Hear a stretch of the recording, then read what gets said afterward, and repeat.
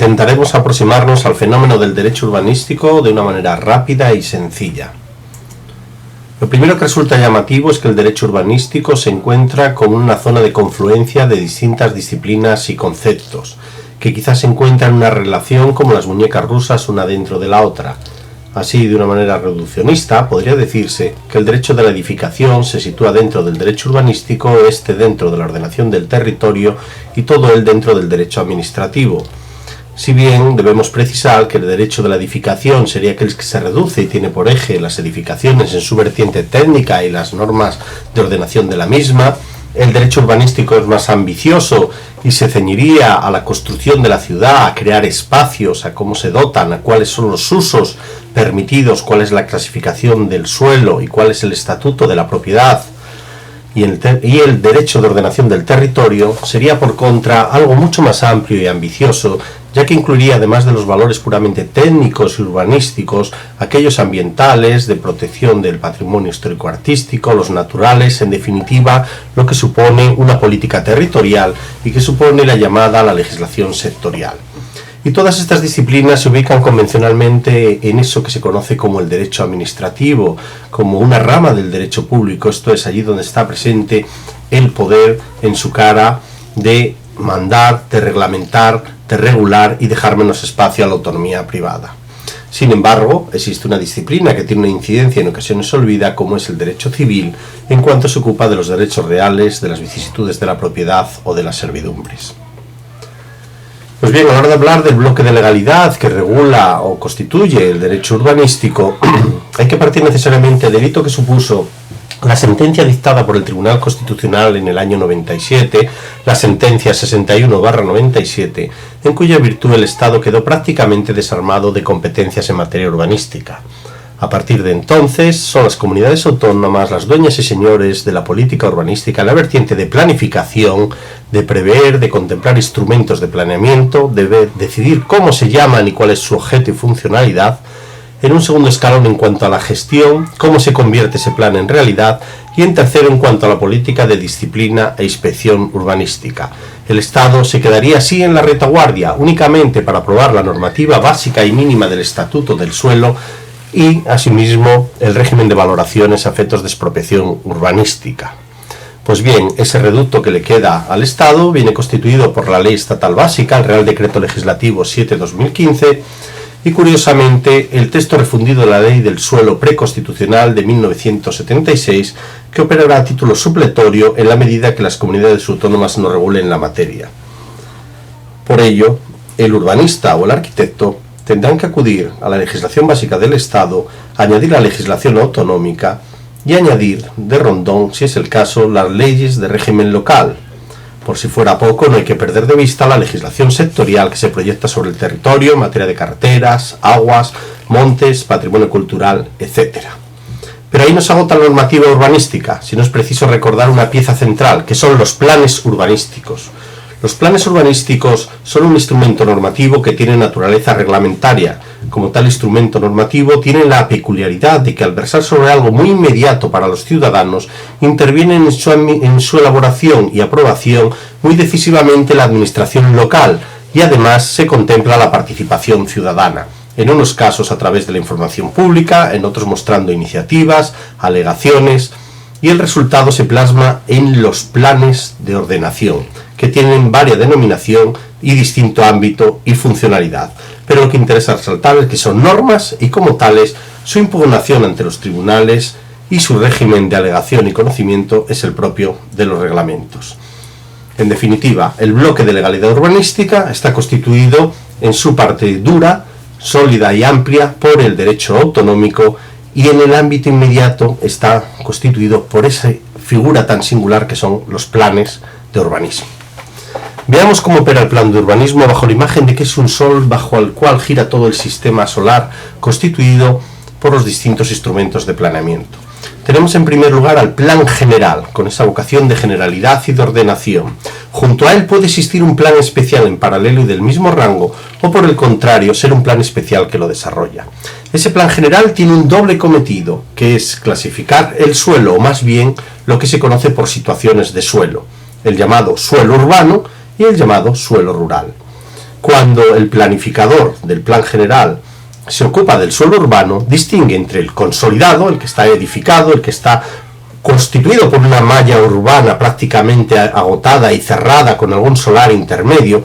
En esos casos, evidentemente, la licencia se concede directamente, y por eso esas determinaciones del plan general en el suelo urbano no requieren un instrumento de planeamiento de desarrollo. En cambio, el suelo urbano, otras zonas vienen calificadas por el plan general como no consolidado. Son aquellos espacios que merecen o requieren un desarrollo a través de un instrumento secundario de planeamiento. En estos casos, puesto que se va a obtener un beneficio pudiendo edificar en la malla urbana, lo que hace el legislador es imponerle una serie de cargas para repartir entre toda la colectividad el beneficio de ese regalo, de esa lotería que le da el plan de urbanismo, que permite una edificabilidad de determinados terrenos. Y por eso fija una carga a los propietarios beneficiados por ese regalo urbanístico. Y le dice, lo primero, usted si quiere puede promover el planeamiento junto con los otros propietarios, pero eso sí, tendrá que ceder parte de ese aprovechamiento a la administración actuante. Va a ser patrimonio público, entre el 5 y el 20%, como decida la comunidad autónoma. Pero además debe ceder los viables, las zonas verdes, las dotaciones públicas, y por si fuera poco, una vez que le ha regalado al ayuntamiento, a la administración, una serie de patrimonio, una serie de aprovechamiento, una vez que usted ha construido todo lo que son dotaciones públicas, ahora tendrá que urbanizar, pavimentar, poner alumbrado y poner en condiciones ya el terreno de ser edificado. Y a partir de entonces, ya sí, usted podrá edificar. En ocasiones se requerirá, lógicamente, un plan especial de reforma interior, el llamado PERI, y a partir de ahí ya se obtiene la ansiada licencia. Pero veamos qué sucede con el plan general cuando se ocupa de las situaciones de suelo rural. En esos casos, el plan general también reparte lotería con desigual fortuna. En unos casos, califica el suelo rural de preservado por sus valores culturales, medioambientales, naturales, ecológicos. En ese caso nada se puede hacer, nada se puede edificar, solo el uso natural. Se agotó el urbanismo y su desarrollo. Pero en cambio hay un suelo rural, el cual está llamado a ser programado, a ser urbanizado. Es el suelo rural que requiere una operación de transformación y que se puede calificar como urbanizable, programado, sectorializado, según decide cada comunidad autónoma. En estos casos, evidentemente, el salto de un suelo rural que no está urbanizado para convertirse en suelo urbanizado requiere un instrumento de desarrollo, y ahí entra en juego el plan parcial o instrumento equivalente según la denominación autonómica que se busque. Ese plan parcial ya va fijando los usos, intensidades, zonificaciones, y a su vez podrá ser desarrollado por un estudio de detalle de funcionalidad mínima, ya que se limita a ordenar volúmenes, rasantes, en definitiva a mover las piezas. Finalmente, puede existir otro instrumento que es el proyecto de urbanización, que se mueve en el plano estrictamente técnico de elaborar materialmente la urbanización y la edificación. Y ya eso sí, una vez que tenemos y nos estamos moviendo en el suelo rural, urbanizable, hemos conseguido la aprobación del plan parcial, se ha aprobado el estudio de detalle en su caso, y a su vez el proyecto de urbanización, ya es hora de obtener la licencia. Todo eso se refería en cuanto a la planificación. Si nos vamos ahora a la gestión, en cómo se transforma ese suelo urbano no consolidado o el suelo rural urbanizable, cómo se transforma en un suelo edificable, hay que pensar que nos encontramos con un puñado de propietarios que no saben qué hacer, que encuentran que el plan le ha calificado que ese suelo podrá ser susceptible de ser urbanizado en su día y les abandona a su suerte. Pues bien, el legislador les indica el camino y les dice, mire, sigue manteniéndose la carga que les indiqué para que ustedes puedan edificar. Tendrán que ceder dotaciones públicas, tendrán que hacerme dotaciones y tendrán que urbanizar. Pero les voy a permitir varios sistemas. Mire, si quieren la autogestión, ustedes propietarios se ponen de acuerdo. Es lo que se llama el sistema de compensación. Ustedes se reparten beneficios y cargas y ustedes se encargan de urbanizar y hacerlo todo, pero no traigan problemas a la administración.